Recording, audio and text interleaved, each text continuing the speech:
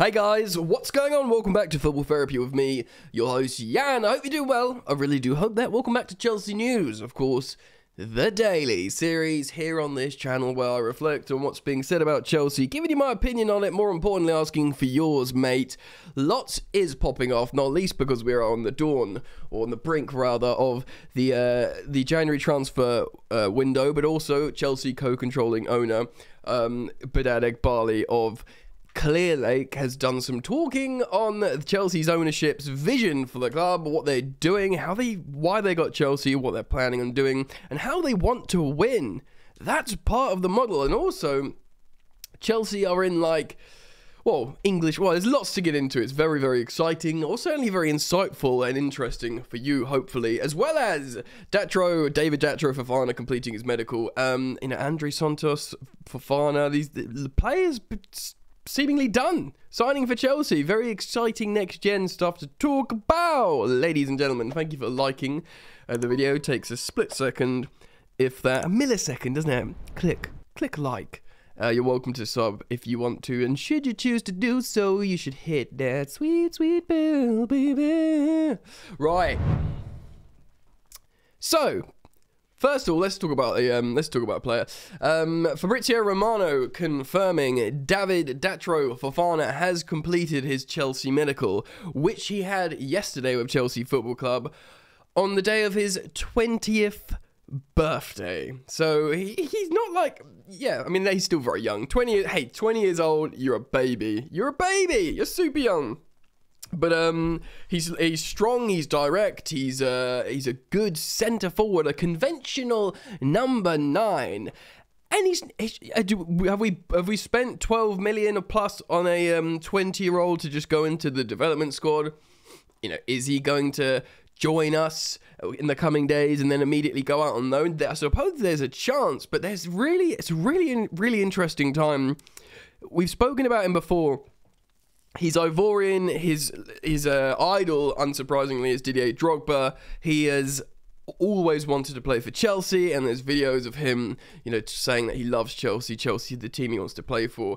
Yes, we've seen that before with a centre forward from Romelu Lukaku. More on him in a moment, but that's of course a different situation. Yes, so seemingly Nick Puel is also saying that Chelsea are closing in and finalising and completing the deals for both David Datro Fofana and Andre Santos.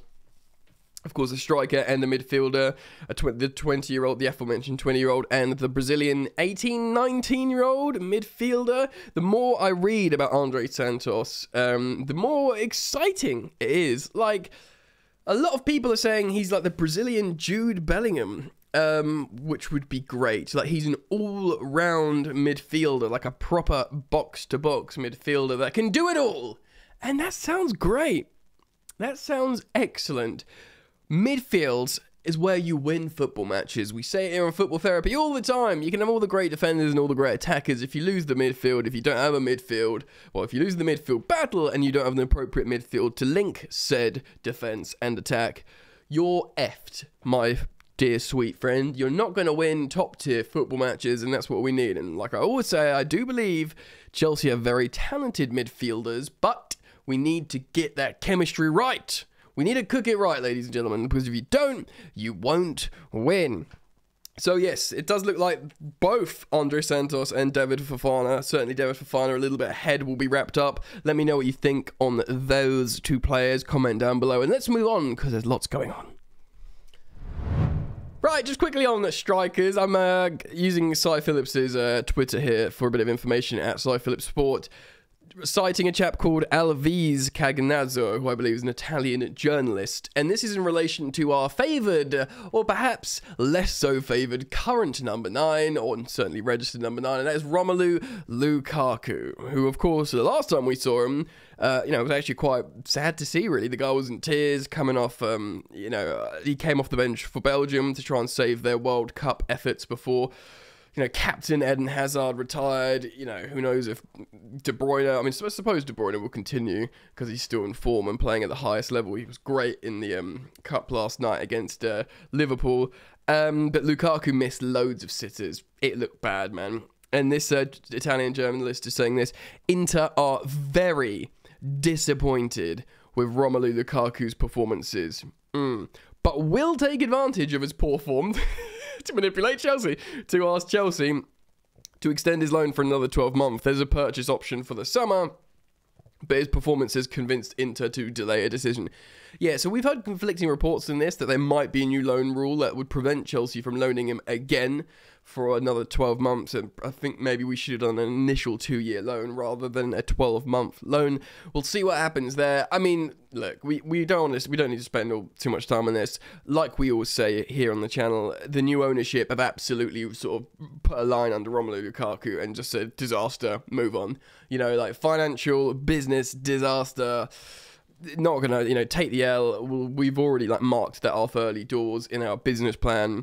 See what we can get. It doesn't look like we can get much at all, and it will forever be a disastrous transfer for both player and club, which is a bit sad, really. I loved watching Lukaku for Inter. He, you know, I was so excited when he signed. But that's the past, baby. We're moving forwards. We've got new things to think about. David Datro Fofana, and hopefully Wesley Fofana coming back from injury soon, so we can sing that. Fofana at the back, Fofana in the attack, Chelsea going to win the Champions League. Got a nice ring to it. You know, the Chelsea fans will be singing that before long.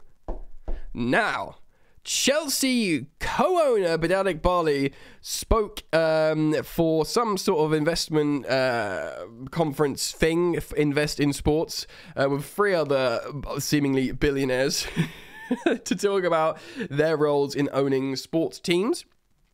And obviously this was of great interest to Chelsea fans because Behdad Eghbali spoke about Chelsea Football Club, owning Chelsea, what they're going to do. We heard Todd recently speak, say some positive stuff. A lot of the same stuff was repeated by Behdad, but he also said some other interesting things. He reiterated the fact how the multi-club model is of huge interest for Chelsea for a multitude of reasons, for generating revenue, but also for having much options as possible to do transfers and generate free transfers, but also to trade within your own clubs, which is, you know, for them, they see it as a really, really good opportunity to sort of move talent around and also get the cream to the top, which of course will be Chelsea Football Club. Make no bones about it, Chelsea will be the mothership. Chelsea will be the top and best club they own.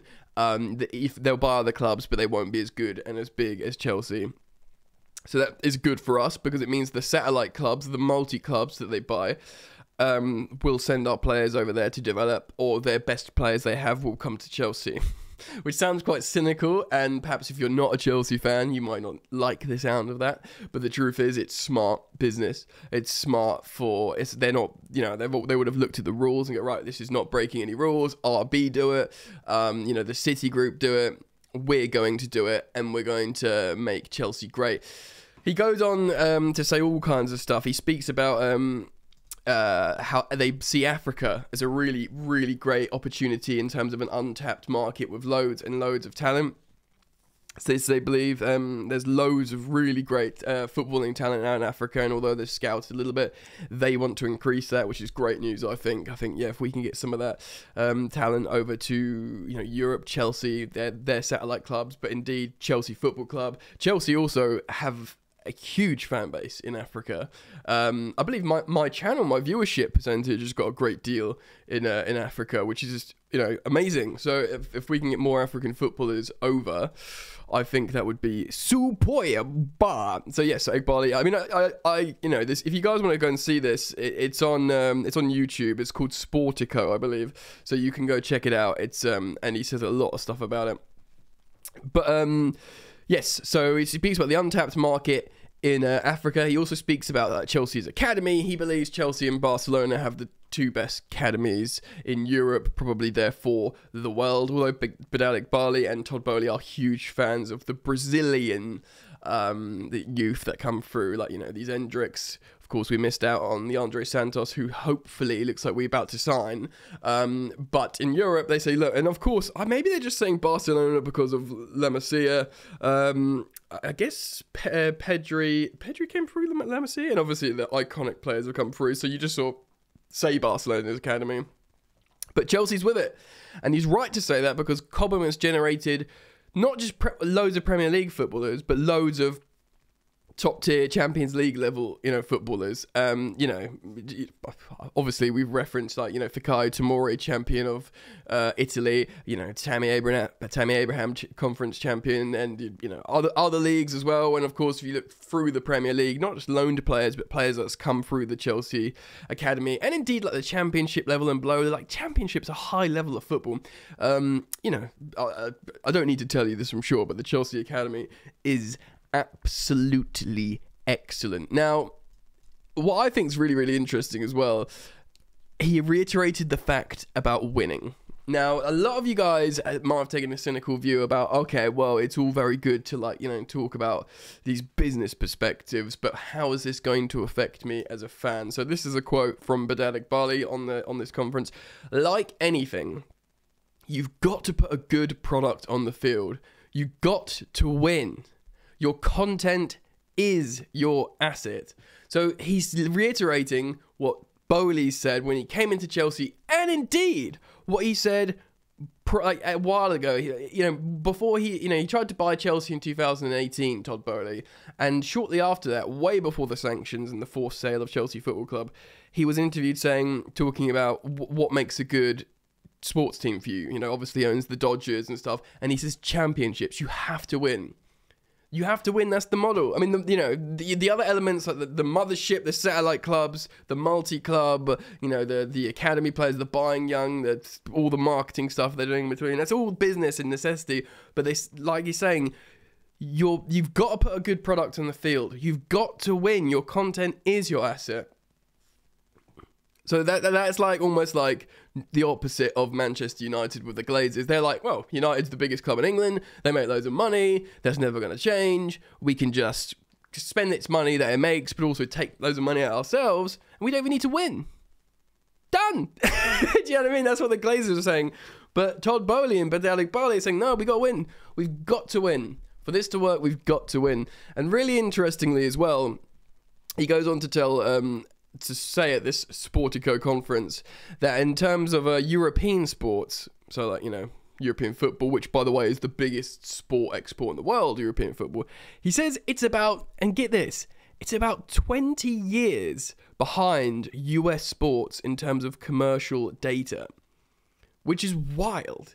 I mean, that's commercial data, but like, we've said it on the channel, I've reflected on articles like Ben Jacobs, the CBS journalist, and loads of other reputable reporters said this, that they were kind of horrified, the new owners, that when they came into Chelsea about what kind of data was being used, what kind of data was being collected, and just generally utilised. They were like, what the hell is this primitive BS, And they're like, right, well, okay, well, at least we know there's huge scope for growth here and improvement and development, and that could be a reason why Chelsea have been in a bit of a funk since 2017. The Marina and Vibes project was not financially viable because we made 2 billion of debt, which Roman wrote off, and we stopped winning. We stopped winning Premier League titles, and the cohesion, the stability, and the chemistry, and the squad, and indeed staff and management team was all off. And of course, we spoke on yesterday's video, I believe. We looked at the new recruitment staff model and stuff like that. This is, building foundations for the ground up. And it's got to be a bottom-up approach. Success now has to be a bottom-up approach. It's the only way forwards. When before, it was just up and throwing money all over the gaff. But that's really, really, really, really interesting. So the fact that they've come in, they said, right, you're not using data, which is frustrating for us as the new ownership, but actually it's probably a positive, because it means as soon as we utilize the data and start building appropriately, we can move forwards, hopefully.